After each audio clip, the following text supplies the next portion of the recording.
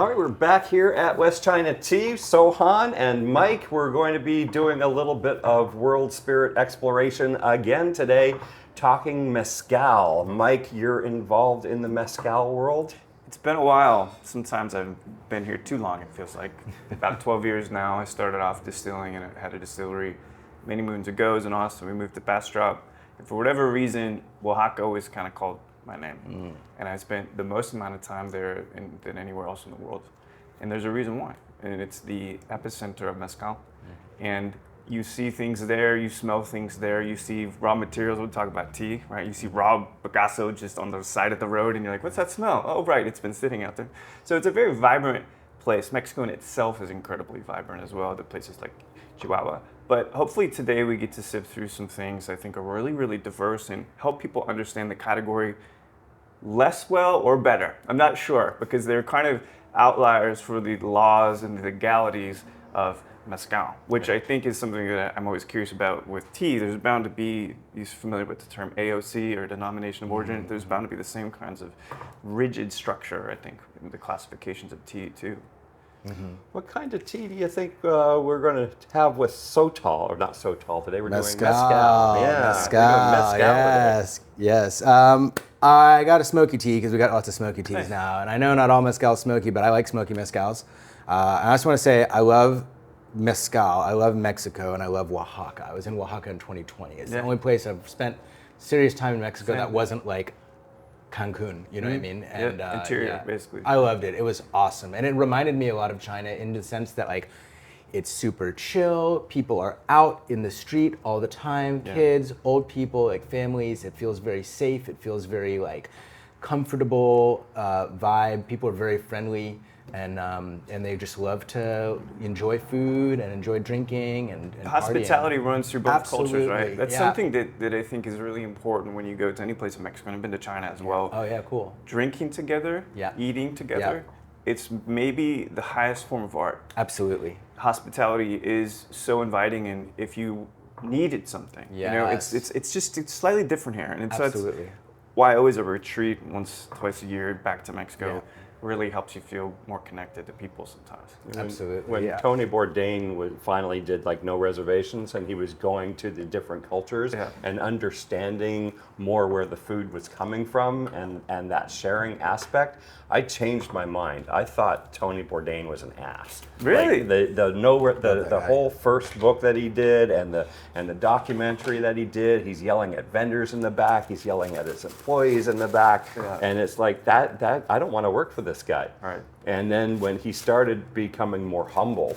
by going and seeing actual farms and actual fishing and where this food is coming from, I think it changed him, made him a better person. There was a moment I had when I was in San Bernardo Villa, and they were just making a stew. They get 2 goats a year kind of thing. Right. Right. And so the goat, you know, rest in peace, the night before we were eating this amazing stew. But what I loved also is a huge fan of produce and corn. Agave is part of the agriculture aspect of Mexico as well.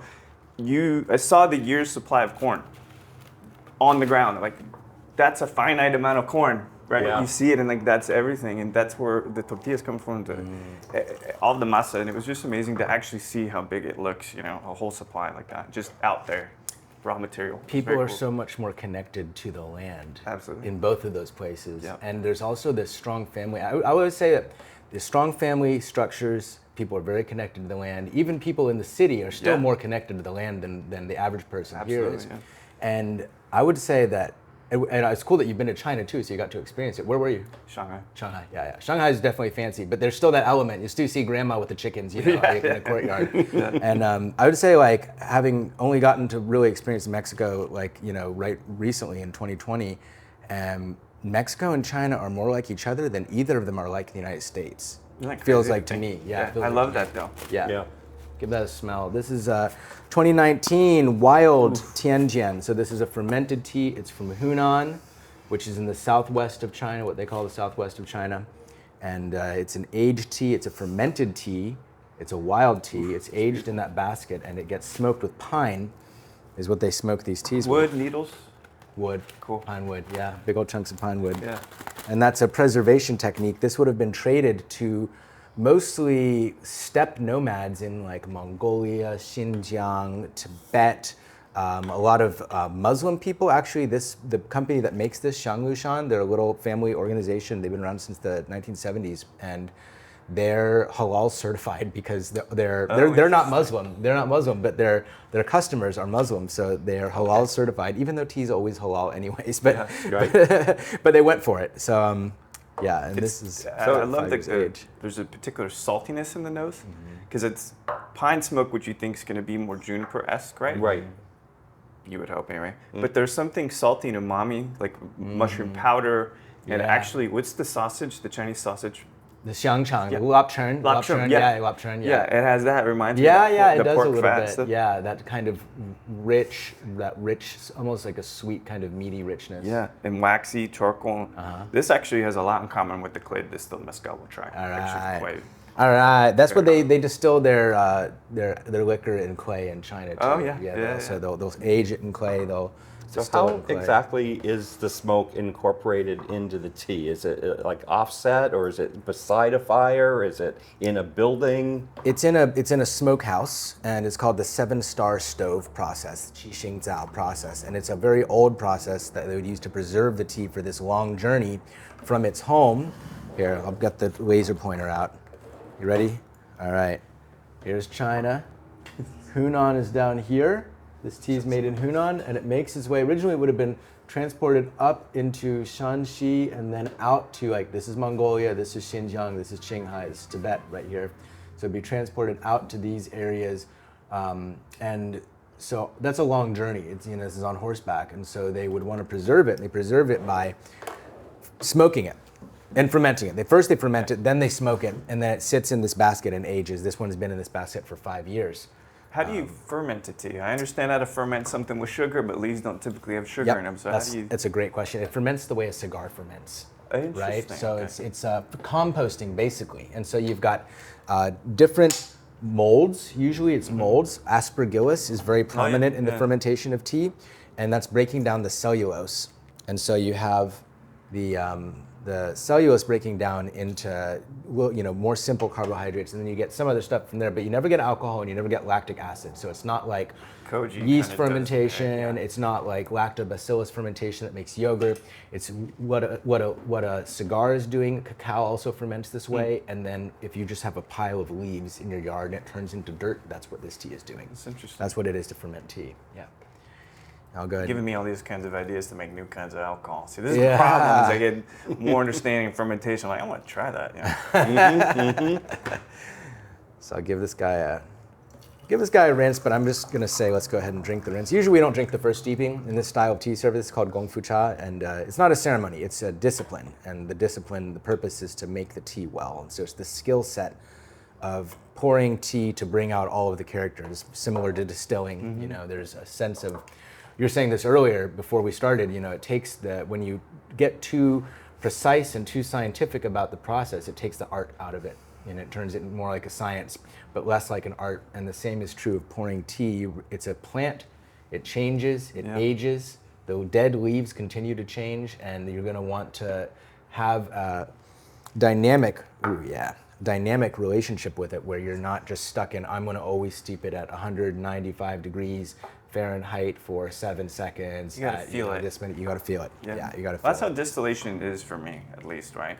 That's how mixing is. That's how performing is that you know how the notes interact together, but you can't just know when you're going to stop, because sometimes the art compels you to create further. It needs more, right? And so that's something I love about the mobility of art, and the way that it never is affixed to something. Absolutely. So that's why I like Mezcal a lot, because no two batches are exactly the same, ever. Yeah.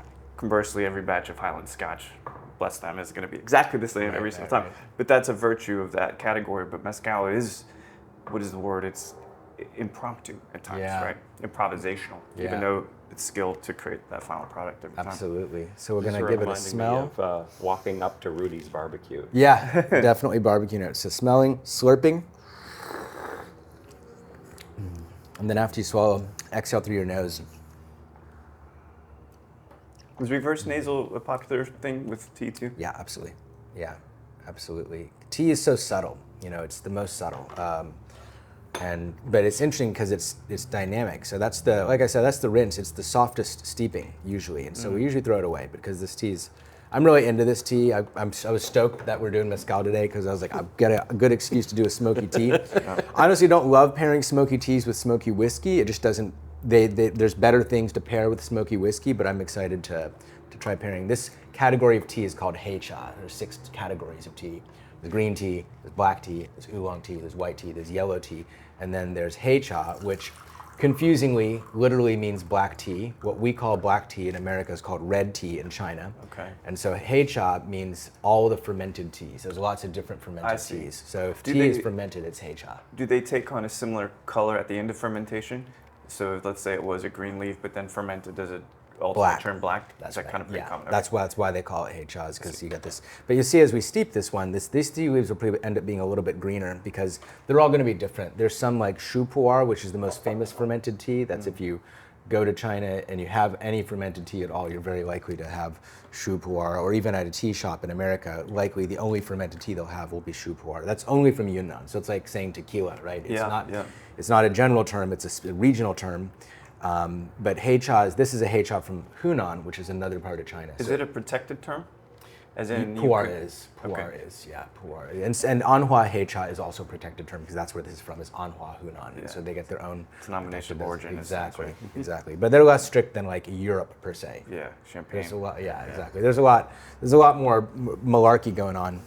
So are they able to make that style of tea in other regions, or do they have to call it something else if they're mimicking the same Call it style? something else. If you can take the pu'er plants from Yunnan, there's a unique type of plant. There's their land race, Dayezhong, the big leaf plants. You can take that over the border into Sichuan, grow those plants, process it exactly the same, ferment it exactly the same. Can't call it pu'er.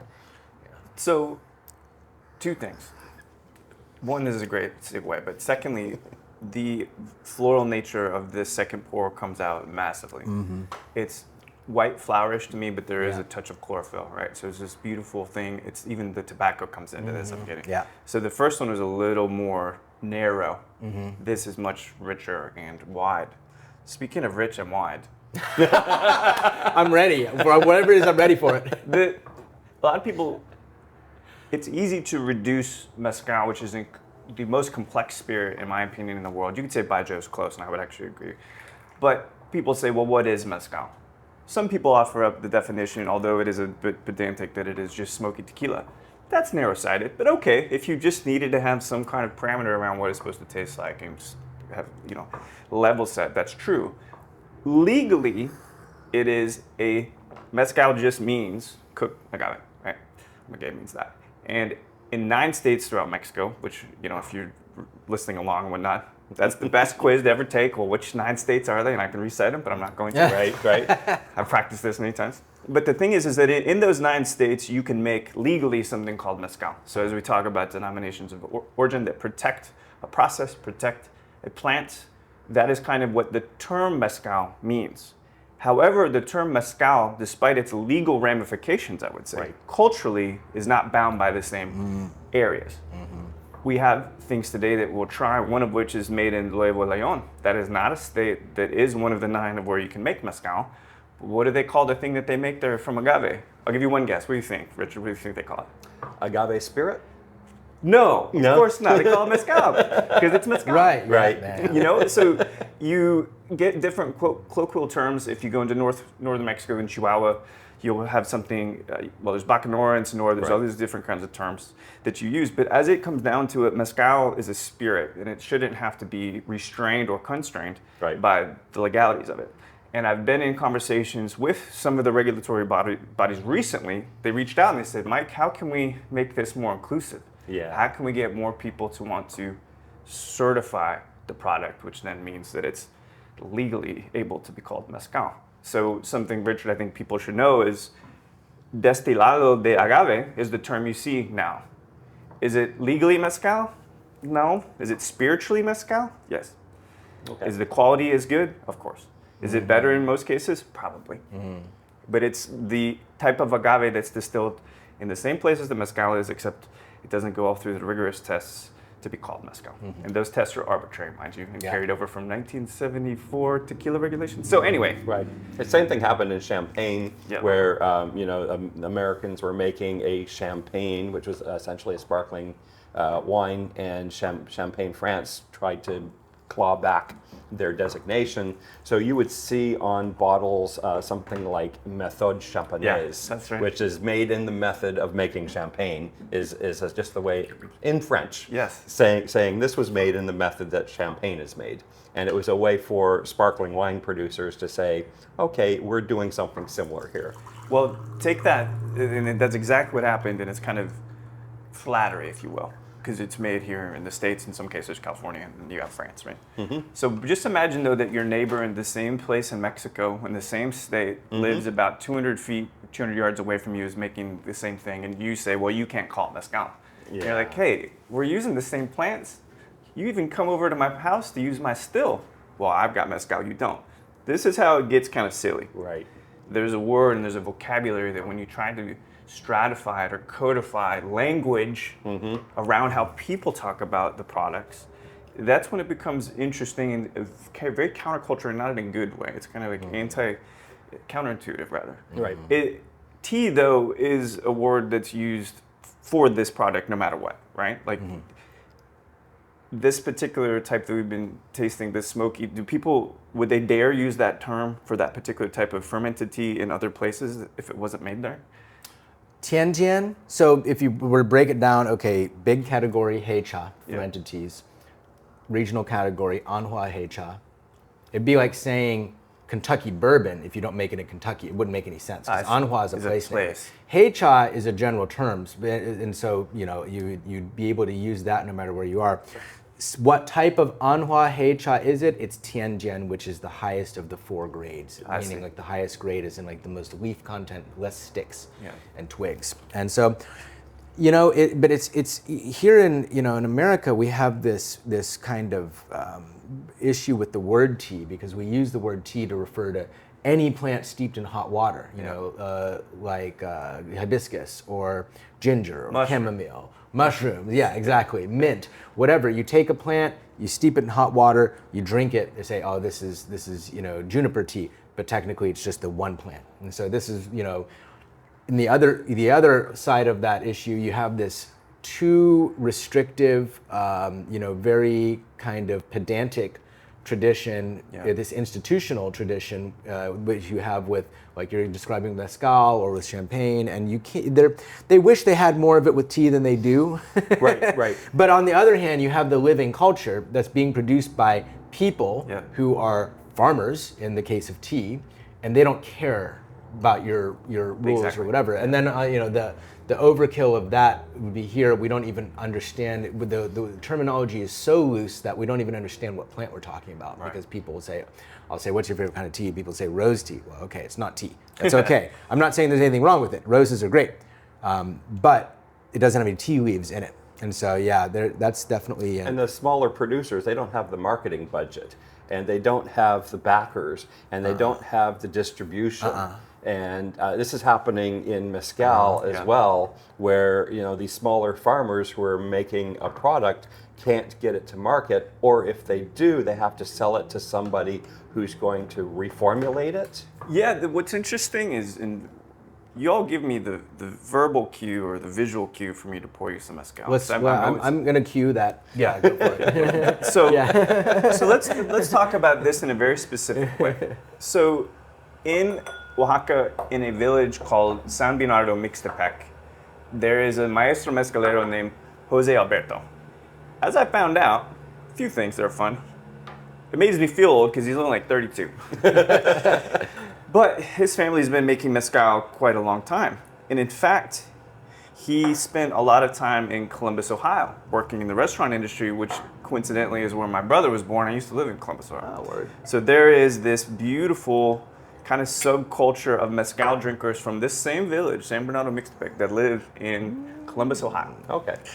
And so Marcus, at Genius Liquors, there's 3 of us. We're three of us bottle everything, we distill everything, and we do all the tastings. Usually I'm doing the tastings with Marcus. And so Marcus, my partner, he met Jose Alberto. He goes out to his palenque and he finds a couple things that are very unique. We're talking about clay again, so on. That he ferments in clay. So this is a guy that is a farmer too. He grows the agave, he grows products, he grows trees to make sure he's got wood for the stills and everything, and hand chops them and all that. So you take the plant, you cook it, we won't get into all that. But Marcus saw that he was fermenting in clay. I don't know any other place that makes mezcal where they ferment in clay.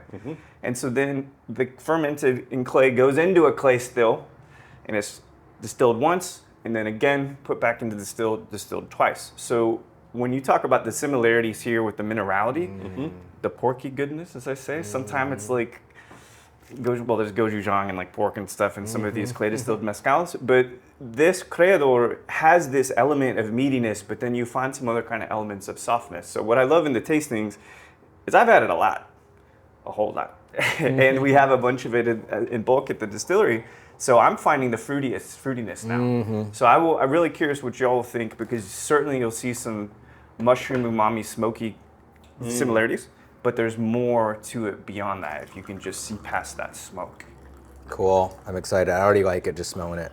Doesn't he see kind of like some similarities, I think? Absolutely. Yeah, absolutely. That's my intuition told me to make this tea because I was like, perfect we're for drinking this. mezcal. Yeah. Yeah, I legit love mezcal. We've done like rum episodes, and I appreciated learning about rum, but I don't order rum. I don't seek out rum. You know what I mean? Right. Sorry, Richard. But I really do love mezcal. It's definitely one of my favorite of all the alcoholic things that I drink. And while you guys are smelling, just something I find really interesting. This is from a plant called lumbre. So lumbre is it's a synonym for fire in Spanish. And so why it's called lumbre is the piña, once it's trimmed down, you see red spots. Spots is probably wrong, but you see red leaves among the white leaves. And so I had just taken a trip to Guadalajara, and I didn't actually know scientifically what was going on. And you were talking about like malolactic fermentation, those kind of things. So the plants, when they get super mature, they start ferment onto themselves. Right. And what the red is actually acetic acid fermentation. And it gives you a different kind of flavor, and they just think it's fire. I'm like, yeah, it's fire, right? Because it's red. But it actually is a sign of maturity in the plants. And agave tinta in tequila is sometimes a really sought after type of agave. So this is lumbre, also known as angustifolia, which is the same species as agave espadín. Everybody probably at this point knows the word espadín. So this is an espadín, but it's subvarietal that's from the San Bernardo Mixtepec that is very old and mature. Not a big plant. It's like pretty small, very spiky. But I'm curious what you guys taste in terms of acid and smoke here. I got childhood memories of being out on a summer's day, bright and green, and the tire has a flat. Yeah. And you're trying to fix it, and it's got that black rubber tire note to it. That's like surprising or not. Certainly not the first time I've heard that tasting. But that's what it reminds me of, being a kid out, and it's like, and you're trying to fix your own bicycle so that you can get out and play with your friends. I get like a kind of like grandpa vibe. I get like go more into that. Yeah, just like a very like kind of like a masculine, but like very like someone like well maintained, like like someone who takes care of themselves. Is what we do with tea. We get out of tasting notes and into like these kind of feeling, you know. And just kind of reminds me of like going on a road trip with my dad or something. It's like, you know, he's like very, you know, he's not an organized person in general, but in this particular context, you know, we're on a road trip. He's in charge. He's very organized. He's very like taking care of things, and this kind of like supportive, like nurturing feeling. There's a memory of, I don't know, maybe I recall from when I'm crawling in carpet as a wee lad, I don't know. But sometimes I get 70s carpet in these mezcals, right? Yeah. You're like, I wouldn't even lie with the 70s, just for the record. But there, these kinds of notes, I think that something that's really, really important about what you said is, I don't care that I've had thousands of mezcales. That doesn't matter. What matters is how it makes you feel. Yes. Right? And so anytime if you come out to Bar Singular tasting room or in Bastrop, people are afraid to tell me what they taste because they think it's gonna be wrong. I'm like, what does it feel like though? Yeah. Right? Well, that doesn't make sense. Like, does this remind you of Captain Crunch? He's like, well, kind of. Like, you feel it. Yeah. Nostalgia is a very, very powerful scent. Right. Sense. So that's the thing about interesting about mezcal is we'll all read it 3 different ways. Yeah, on the palate, there's more campfire and ash. Yep. And yeah, it's entirely different from the nose. The nose is, and that's what I like about spirits when they have that difference from the nose Right. to the palate. to the Duality finish. in a Yeah. way, right? But it does have a lot of floral, like beautiful, sweet, floral, delicate notes there. And they're not like covered up by the smoke. They're there with the smoke. Yeah. It's just like the florals are like the body, and the smoke is the hair almost of Exactly. this thing. Do you feel it's balanced? Absolutely. That's Yeah, something I think it's very is, well balanced. is really important about Don Jose, his work with Creador, is that every one of these mezcales, and I invite you all to come try all like the 20, so many that we have, they're all different, but they're all still in the same house style. Yeah. You know what I mean? I love that because it's him throughout all of them, but they just have these interesting kind of differences. And the way things are distilled, like you're talking about the clay fermenting and the clay still, is you're not going to be heating that up very, very quickly like you would on a stainless steel. Is this open pit fire where he's Not an open direct pit it? necessarily, but it is direct fire flame built around bricks ultimately. But And that's harder to control. their control? What do you mean? I've either seen it be really, really low and mild or hot and heavy. That's the Okay. only 2 kind of settings I've seen when I've seen people distilling with firewood under clay. But the thing is too, is these vessels, we have to realize it's not like stainless. Stainless will be in existence for decades. It won't ruin, same thing with copper. These vessels break regularly. And so if you get a new one, the batch is probably going to taste more of clay. And so you kind of do more distillation through it. So this is another thing too, is that's why you talk about these batches of tea being different, there's different varietals being so ever different through season to season probably. It's the same thing with distillation. The plants aren't the same. The plants seasons are aren't the different. same. Right. The pot's not the same. You probably had to get another one. So again, the vibrance and what is again almost improvisational elements to mezcal is very, very important. So with agaves, you have a longer, it's not like a single season where these things are growing and you're right. harvesting them. You're like 7 to 10 years on some of them? Yeah, this lumbre that we tasted is anywhere from 7 to 12 years depending. And that's it then. Yeah. Some of the plants will sprout something called an hijuelo, which is a genetic clone that's mostly how tequila is repropagated. But some of these plants don't.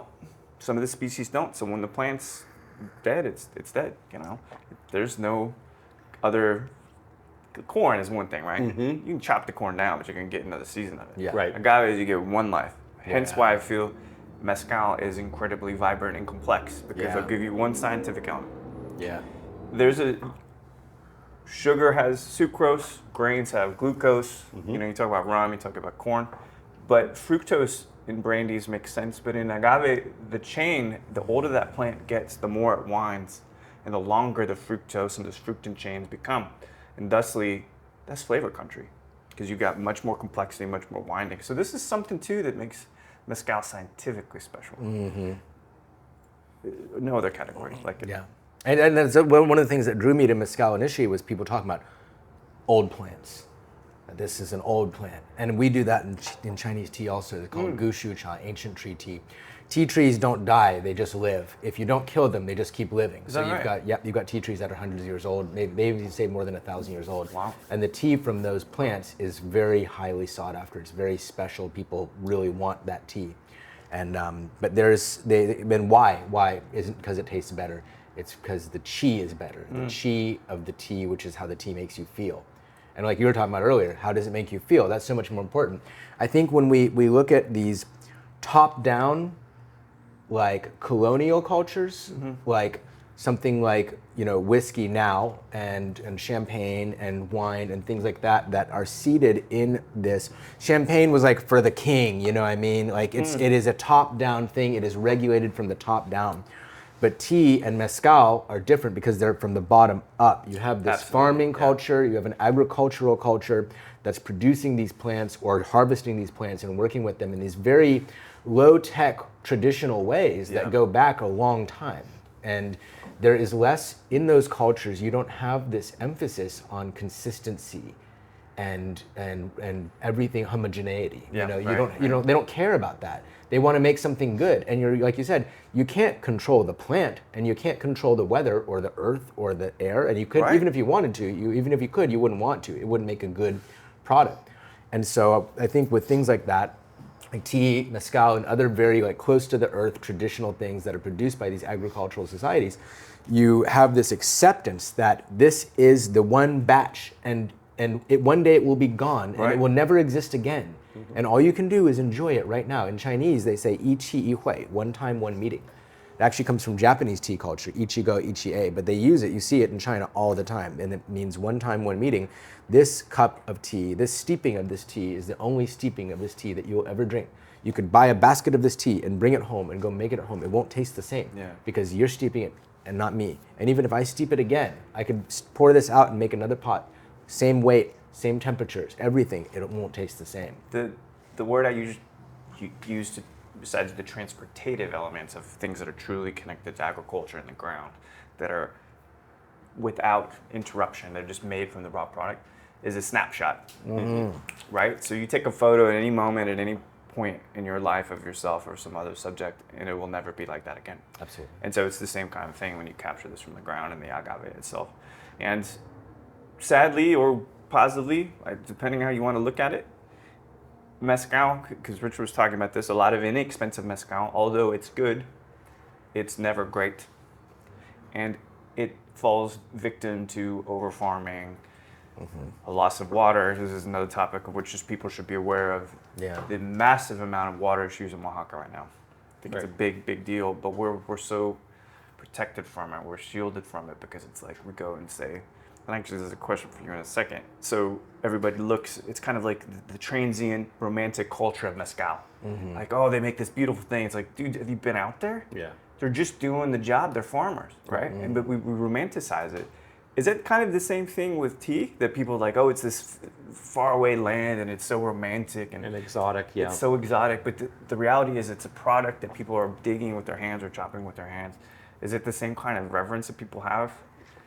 People do have reverence for tea, for sure. I mean, it definitely, within China, being a tea farmer is a lot more of a high status job than being a non-tea farmer, right? Being a subsistence food farmer. Oh, I didn't realize that. Is not considered to be a glamorous or desirable place to be in society.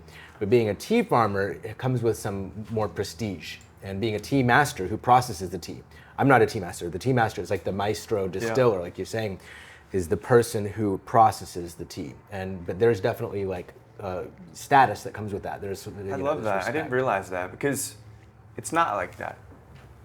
Because it was top down because of Spanish culture for one, European, the preference of European spirits over native and Mexican spirits, especially during Prohibition, where people that made sotoleros were shot at and their stills were shot at. Sotol was destroyed.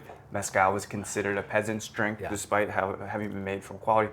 This is the other thing, too, that we don't have to get into, but there's a rich history and dramatic and tumultuous relationship with Mexico and its own spirits. Right. It was illegal to make Bacanora until 1991, I think. Someone will probably correct me, but it was in the 90s. It was illegal. You would be charged and sometimes killed just to be making a spirit with the plants that grew there, and this is in Sonora. And what is Bacanora compared to mezcal? Great point. So Bacanora is a regional word in the areas of Sonora, certain municipalities where they make, we'll go back to espadín. It's espadín or angustifolia that grows in a different area. Sonora being just south of Arizona and kind of bordering partially, I think, with New Mexico. But it's a regional word. But if you get down to it, what is it? It's mezcal. But Bacanora is a protected denomination of origin. So it's all just distilled things from agave that we try to put terms on in legal terms. So I've seen fields of agave. You were saying that the espadín, if it buds off, you can get a clone of it, but it doesn't sprout naturally? Or Espadín does. So Angustifolia, which is the best yielding agave for mezcal, and it is the cheapest agave by kilo. It is the genetic grandmother of agave tequilana. So hence why tequila blue agave, Blue Weber, is used and sought after for its output or its yields, right? So it's interesting because those plants do sprout quiotes, not quiotes, sorry, hijuelas, the little babies.